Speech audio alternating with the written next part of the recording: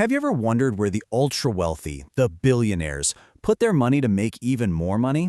I mean, you're not going to see commercials for these places during the Super Bowl. Most of us can't even invest in them if we wanted to. But behind the scenes, they're moving trillions of dollars around the globe. So today we're diving deep into the mysterious world of hedge funds. Yeah, that's actually not a bad way to think about it. They really are like a kind of secret, exclusive club, operating just out of sight, but with enough power to shake entire markets. So, what exactly are they, and how on earth did they get to be so powerful? Let's pull back the curtain. All right, first up, let's get right down to it. We're going to break down what a hedge fund actually is and talk about the really clever idea that started this whole thing nearly 75 years ago. Now, to be crystal clear, this is not your 401k or your standard retirement account. This is a high-stakes game, and it's played by a very select few. And the goal here isn't just to make money when the stock market is doing well. The real goal is to make money no matter what the market is doing, up, down, or sideways, using just about any strategy you can imagine. So where did this all come from? Well, we have to go all the way back to 1949 to a guy named Alfred Winslow Jones. Now, he wasn't your typical Wall Street guru. He was actually a journalist. And he had this brilliant idea. He would buy the stocks he thought were going to go up, but at the very same time, he would bet against the stocks he thought were going to fall. That's called short selling. By playing both sides, he created a kind of cushion, a hedge, that protected him if the whole market suddenly crashed. And that simple, powerful concept is the foundation for the entire industry. So this sounds pretty good, right? But here's the catch. This is not a game that everyone gets to play. The velvet rope is very, very real. The rules for who gets in are incredibly strict, and the cost of admission is on a whole different level from regular investing. To even get a foot in the door, you have to be what's legally known as an accredited investor. Basically, this is the government's way of saying you have to be rich. We're talking a net worth of over $1 million, not counting your house, or a really high, stable income. And there's a good reason for this. Regulators know that hedge funds are way riskier and have far fewer rules than your average investment. So they want to make sure that the only people taking these big gambles are people who can actually afford to take a massive loss. And this analogy really hits the nail on the head. Think of a mutual fund as your trusty family sedan. It's reliable, it's available to everyone, and it's loaded with safety features because it's heavily regulated. A hedge fund, on the other hand, that's a Formula One race car. It's ridiculously powerful, way faster, but it's also way more dangerous. It has the freedom to do wild maneuvers that the family car can't even dream of. But that freedom comes with a much, much higher risk of a spectacular crash. So, what's in it for the managers running the race car? Well, they get paid through a legendary and pretty controversial model called 2 and 20. Here's how it works. First, they take a 2% management fee right off the top of all the money in the fund, and they get that whether they make you money or lose it all. Then on top of that, if they actually generate a profit, they take a whopping 20% cut of the winnings. This is how fund managers become billionaires. And while it's the classic model, you can imagine why it's facing a lot more scrutiny these days. So, we've talked about the what. Now let's talk about the who. Who are these managers? Let's put a face to these funds and meet some of the absolute legends who built financial empires and basically redrew the map of modern finance. These three names, they're giants, absolute titans of the industry. You've got Ray Dalio, the methodical philosopher king, Jim Simons, the secretive math genius who nobody really understands, and George Soros, the audacious trader who took on an entire country and won.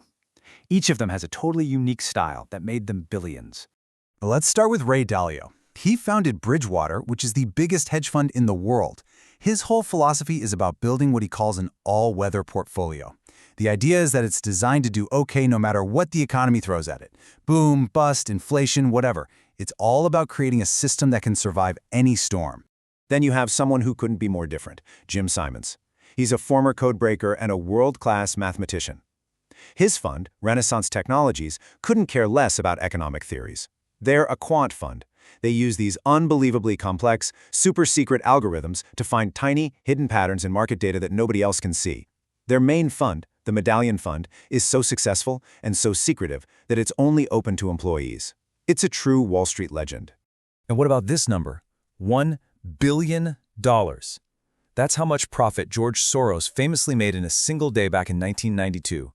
He made a massive $10 billion bet that the British pound was overvalued and was about to fall.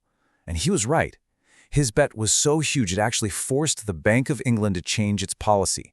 He showed the world just how powerful one person with one big idea could be. But here's the thing about making huge bets and taking massive risks. With great power comes the potential for just spectacular failure. The very same freedom that allows these funds to make mind-boggling gains can also lead to catastrophic, world-shaking losses. And there is no better example of this than the story of long-term capital management, or LTCM.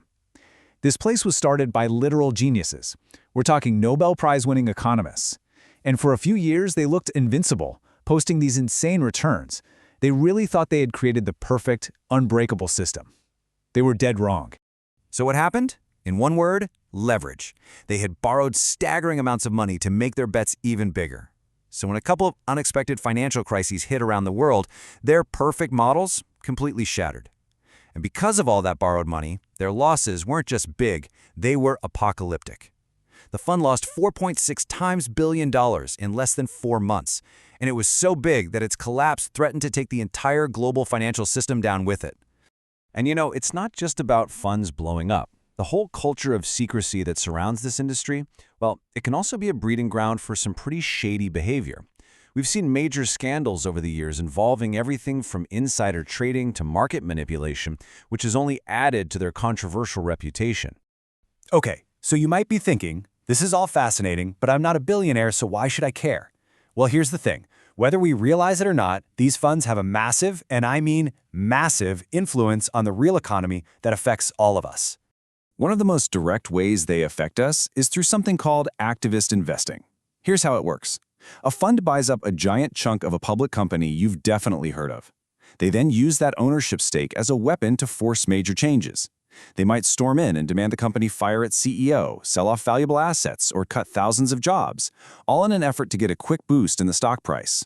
And those decisions have real-world consequences for employees and entire communities.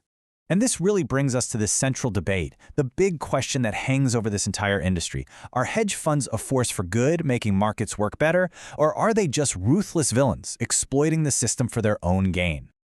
Honestly, it really depends on who you ask.